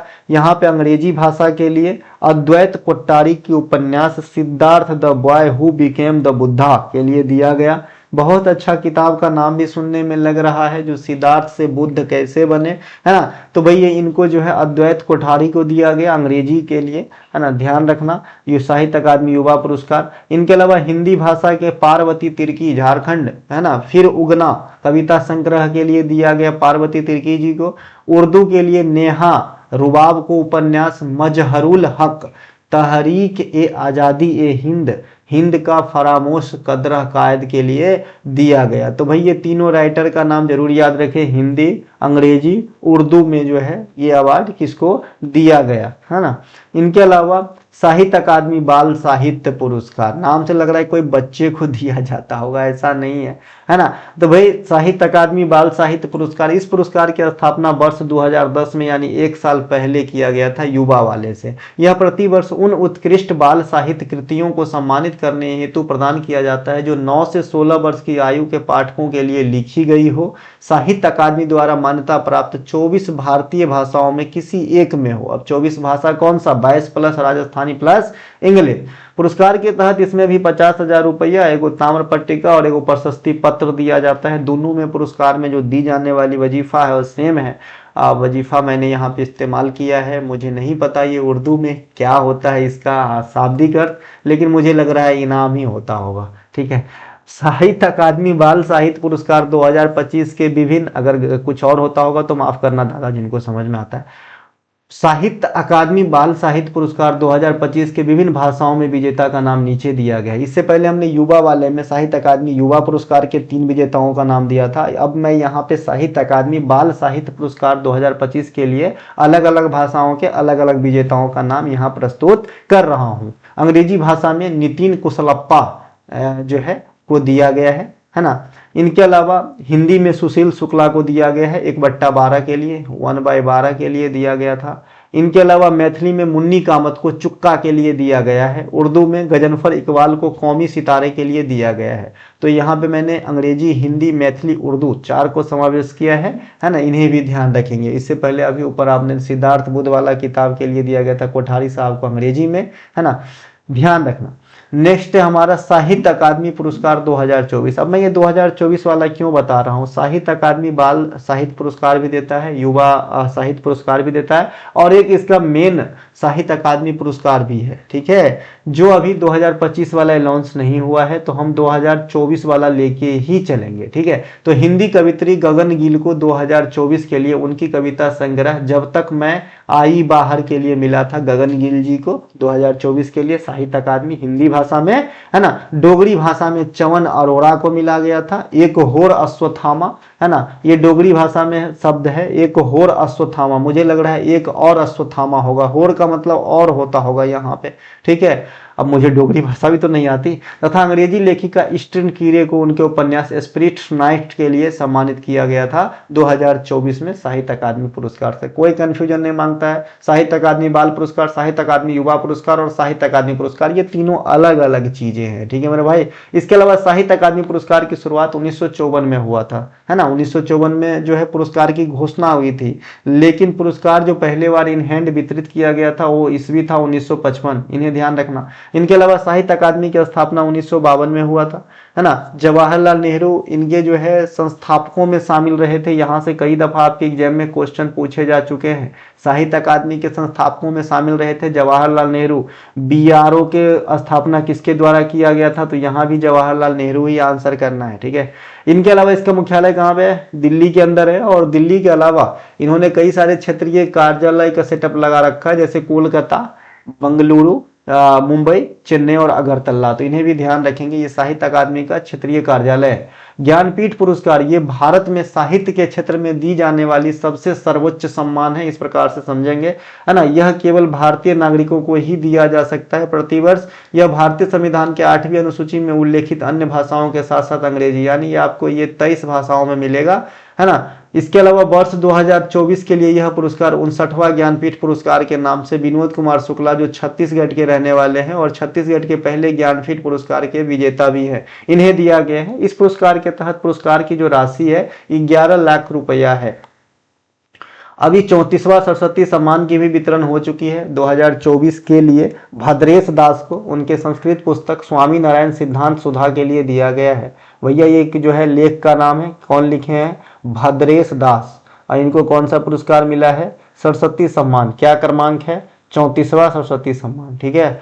वर्ष 2025 का साहित्य का नोबेल पुरस्कार भी याद रखना है, चूंकि मैं यहाँ किताब वाली बात बता रहा हूँ तो नोबेल भी याद रखिए। साहित्य का नोबेल पुरस्कार किसे मिला है? लास्लो कृष्णनारहोरकाई को। ठीक है भाई, इन्हें ध्यान रखेंगे। ये कहाँ के रहने वाले हैं? हंगरी। हंगरी की राजधानी कहाँ के है? कहाँ है भैया? बुडापेस्ट। ठीक है। और साहित्य का नोबेल कौन देता है भाई? ओस्लो। ओस्लो में दिया जाता है, मतलब नॉर्वेजियन नोबेल कमेटी के द्वारा दिया जाता है साहित्य का नोबेल पुरस्कार। इसे भी ध्यान रखेंगे। बाद बाकी सभी नोबेल का जो पुरस्कार है अन्य 5, वो स्वीडन की राजधानी स्टॉकहोम में दिया जाता है। ठीक है। इसके अलावा केंद्रीय बजट 25-26 के संदर्भ में निम्नलिखित दिए गए कथनों पर विचार करते हुए सही उत्तर का पता लगाइए।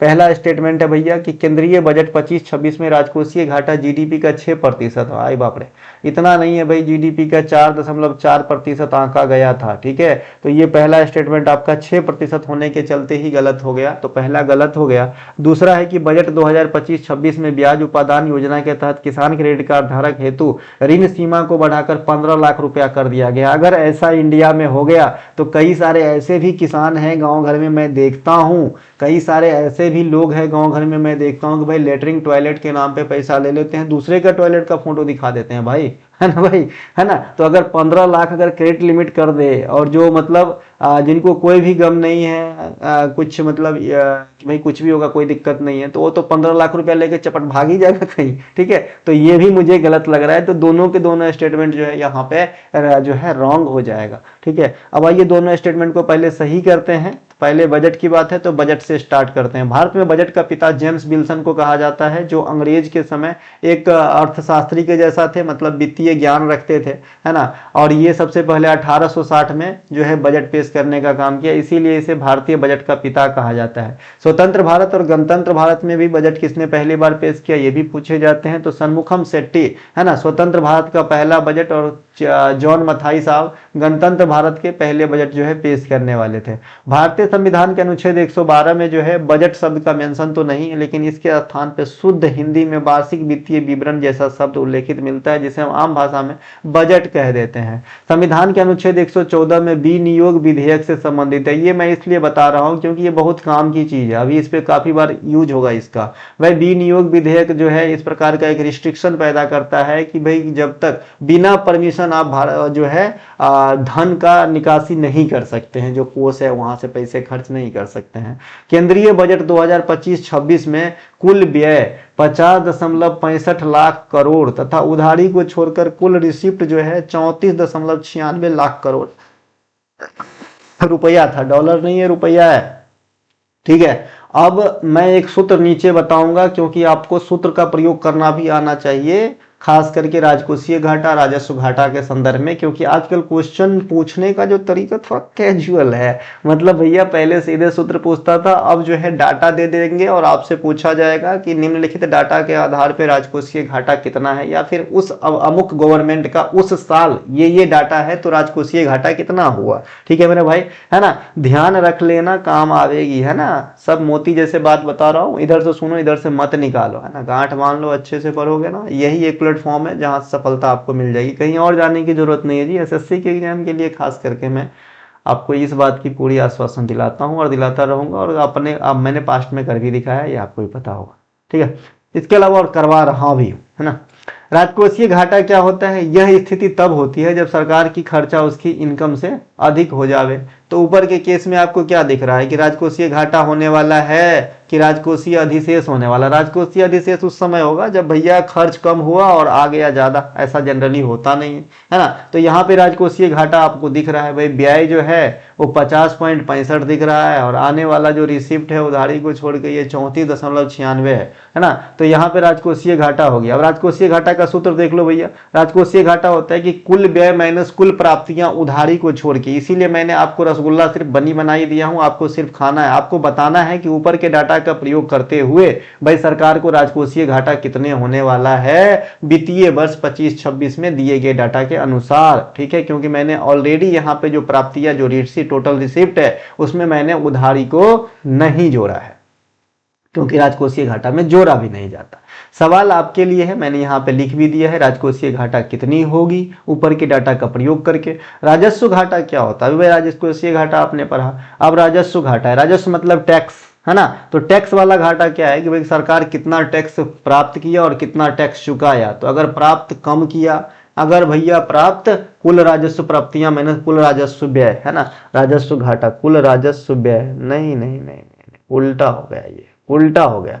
कुल राजस्व प्राप्तियां, कुल राजस्व प्राप्तियां, टोटल टैक्स से कितना कमाया और टोटल टैक्स पे कितना व्यय किया। तो भाई व्यय ज्यादा करेगा तभी घाटा होगा, है ना। तो यहाँ पे थोड़ा सा उल्टा ये सूत्र लग रहा है, इसे इग्नोर कीजिए। इनके अलावा केंद्रीय बजट कुल राजस्व प्राप्तियां, टोटल जो भी राजस्व आया और माइनस राजस्व पे किया व्यय, तो व्यय ज्यादा करेगा तब ना घाटा होगा, है ना। तो ज्यादा आ रहा है तो घाटा कहाँ से होगा? तो ये उल्टा लग रहा है ना। इसको देखते हैं बाद में, है ना। केंद्रीय बजट 2025-26 की प्रमुख बिंदु नीचे दिया गया है। अब केंद्रीय बजट 2025-26 में जो है क्या क्या आपको यहाँ पे घोषणा किया गया है, इसके बारे में हम थोड़ा सा समझने की कोशिश करते हैं। पहला जो पॉइंट है आप यहाँ पे देख रहे हैं कि केंद्रीय बजट 25-26 में राजकोषीय घाटा जीडीपी का 4.4% रहे जाने की अनुमान लगाई गई थी। जो स्टेटमेंट में 6% कर दिया गया था उसी लिए गलत था, तो इसे सीधा कर लीजिए। दूसरा है बजट 2025-26 में ब्याज उपादान योजना के तहत किसान क्रेडिट कार्ड धारकों हेतु जो ऋण सीमा को लिमिट है वो पहले 3 लाख रुपया रखा गया था, अब इसे बढ़ा करके जो है 5 लाख रुपया कर दिया गया है किसान क्रेडिट धारक के लिए। ठीक है, तो ये दूसरा पॉइंट हो गया। बजट में कई सारे चीजों की स्थापना की भी बात कही गई है। इस बजट में उद्यम पोर्टल पर पंजीकृत सूक्ष्म उद्योग, जो भी उद्यम पोर्टल में पंजीकृत या फिर रजिस्टर्ड, है ना, सूक्ष्म उद्योग है, उनको जो है 5 लाख रुपया तक का ऋण प्रदान करने की नई अनुकूलित क्रेडिट कार्ड योजना शुरू की गई है इस बजट में। इस बजट में ऋण उपलब्धता में वृद्धि की गई है। परिणाम स्वरूप सूक्ष्म और लघु उद्योगों के लिए क्रेडिट गारंटी कवर को 5 करोड़ से बढ़ा के 10 करोड़ कर दिया गया है। ये भी एक पॉइंट है, यहाँ पे मैंने डॉट डालना भूल गया।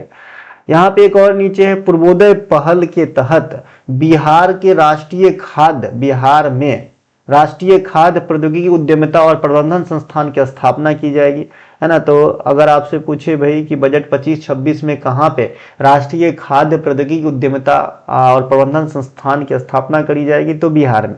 नोट यहाँ पे मैंने लिख दिया हूँ, पूर्वोदय पहल आपको जो है सता रहा होगा। पूर्वोदय पहल क्या है कि भारत के पूर्वी क्षेत्र के सर्वांगीण विकास के लिए उद्देश्य से बनाई गई एक परिवर्तनकारी योजना है, जिसमें शामिल है 5 स्टेट। कौन है भैया? बिहार, झारखंड, पश्चिम बंगाल, उड़ीसा और आंध्र प्रदेश, है ना। तो इनमें जो है पूर्वोदय पहल काम करता है।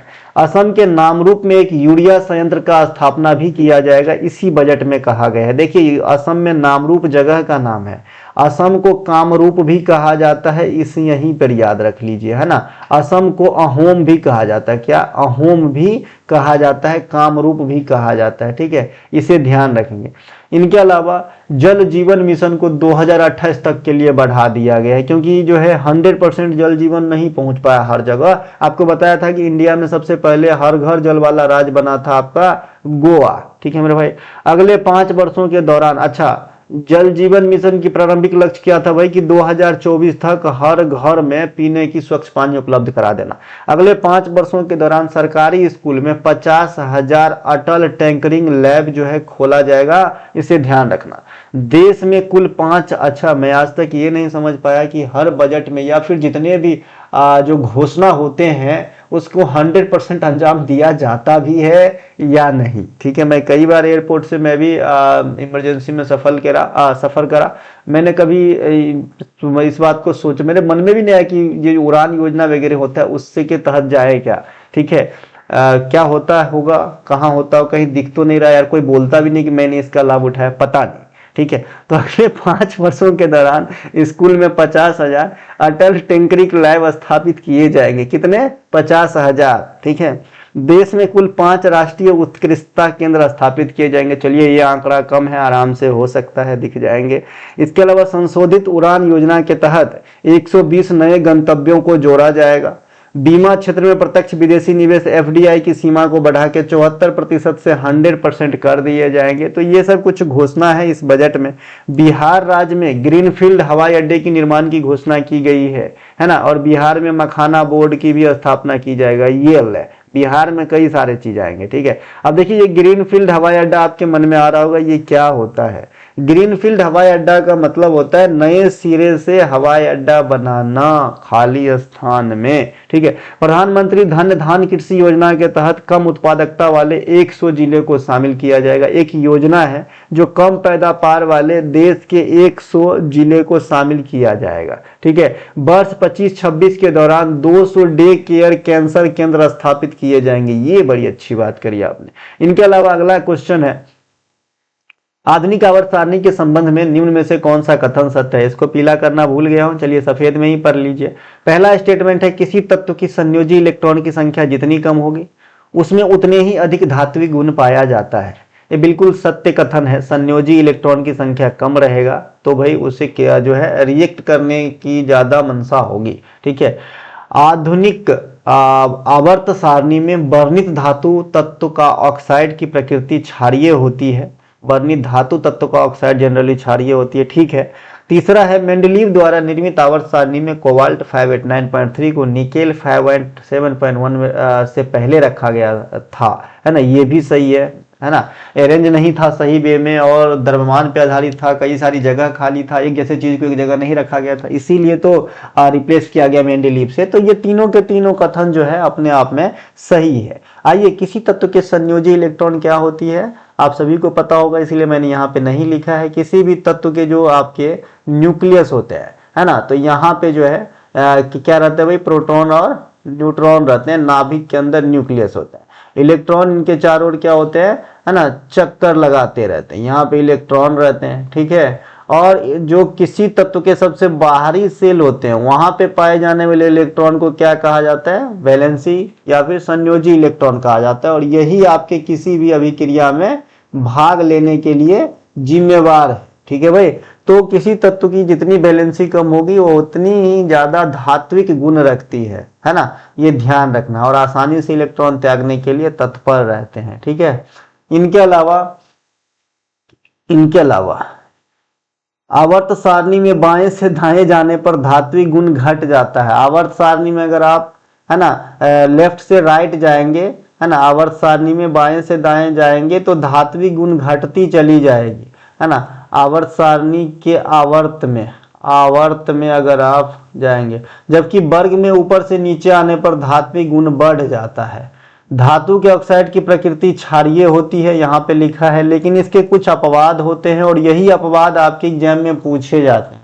अपवाद में आपका एल्युमिनियम, है ना, बेरिलियम, कॉपर, जिंक, लेड, यह सभी उभयधर्मी गुण को रिफ्लेक्ट करता है। यानी ये क्षारीय भी होता है, ये अम्लीय भी होते हैं इनके ऑक्साइड, ये उभयधर्मी प्रकार के हैं। मेंडलीव की आवर्त सारणी परमाणु द्रव्यमान के बढ़ते क्रम में सजाया गया था, फिर भी कोबाल्ट को निकेल से पहले रखा गया है। इस आवर्त सारणी में कुल 63 ज्ञात तत्व थे।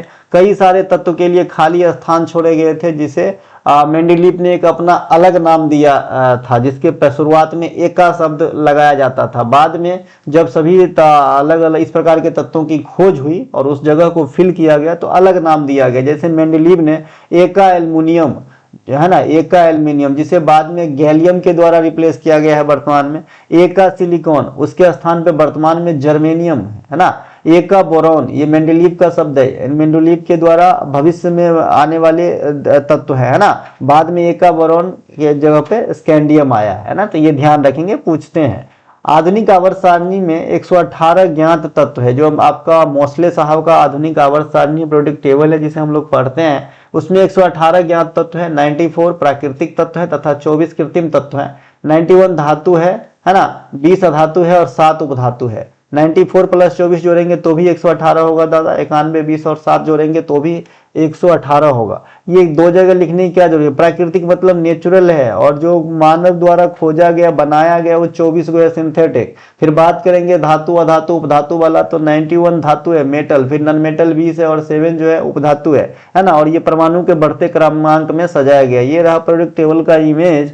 यहाँ से जो क्वेश्चन आजकल पूछे जाने की ट्रेंड हो गई है, आपसे पूछा जाता है कि भाई, है ना, कि भाई पहले वर्ग में कितने तत्व है ना, पहले वर्ग में कितने तत्व है, 18वें वर्ग में कितने तत्व है ना। इसके अलावा आपसे पूछे जाते हैं कि भाई थर्ड वर्ग में कितने तत्व है ना। तो ये आजकल ट्रेंड चल रहा है, इसीलिए आवर्त सारणी से भी क्वेश्चन इस सीरीज में कभी नहीं कराया था, आज मैंने रख दिया, क्योंकि मेरा मानना है कि अगर आपको जनरल साइंस कमजोर है तो हमारा आप दर्पण सीरीज का वीडियो देख लिए होंगे तो जनरल साइंस में पीछे नहीं रहेंगे, दिक्कत नहीं होगा, आपके कंपटीशन एग्जाम में जितना चाहिए लगभग आपके कवर हो जाएंगे। ठीक है, तो मैं जनरली पढ़ाता नहीं आवर्त सारणी इस सीरीज में, लेकिन आज मुझे रखने की जरूरत पड़ी क्योंकि क्वेश्चन जो है अब कुछ ऐसे आने लगे कि भाई ये वर्ग में कितने तत्व है, ये आवर्त में कितने तत्व है, तो ये आपको जनरली याद कराने के लिए मैं यहाँ पे इस इमेज का प्रयोग करूंगा।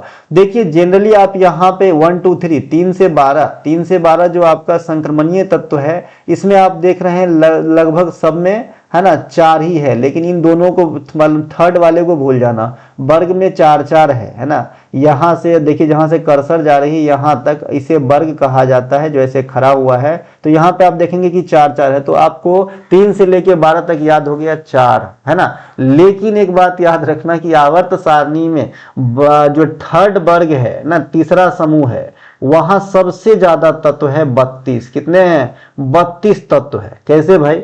ये जो लेंथेनाइड है, ये जो एक्टिनाइड है ना, ये दोनों के दोनों इसी थर्ड में आता है। आप देखिए हल्का पर्पल से यहाँ स्टार्ट हुआ और ये थोड़ा सा डार्क पर्पल से यहाँ स्टार्ट हुआ, तो ये वाला 14 और ये वाला 14 और ये वाला खुद का 4, है ना। तो 14 14 28 4 32, तो थर्ड वाले ग्रुप में जो है 32 इलेमेंट है, और ये आवर्त सारणी में सबसे अधिक एलिमेंट्स को कैरी करने वाला जो है ग्रुप है। तो डायरेक्ट आपसे 3 ज्यादा पूछे जाते हैं, या तो आपका फर्स्ट पूछा जाता है ग्रुप, है ना, या तो आपका फर्स्ट पूछा जाता है फर्स्ट, कि भाई फर्स्ट वर्ग में कितने हैं, तो फर्स्ट में 7 है, या तो आपके थर्ड पूछे जाते हैं तो थर्ड में आपके 32 हैं, या आपके 18 पूछे जाते हैं तो 18 में भी 7 है। ठीक है, ये तीनों जरूर याद रखना, विशेषकर बताने के लिए ये इमेज रखा हूं, है ना। आप यहाँ पे गिन सकते हैं, सबके पास होगा, बस आपका मैं ध्यान वहां पर देना चाहता हूं कि भाई ऐसे क्वेश्चन आपके एग्जाम में आने लगे हैं। ठीक है, अब आते हैं नीचे, मैंने आपको SPDF ब्लॉक के बारे में पहले ही बता दिया है कि किसे बोलते हैं, SPDF ब्लॉक। ठीक है,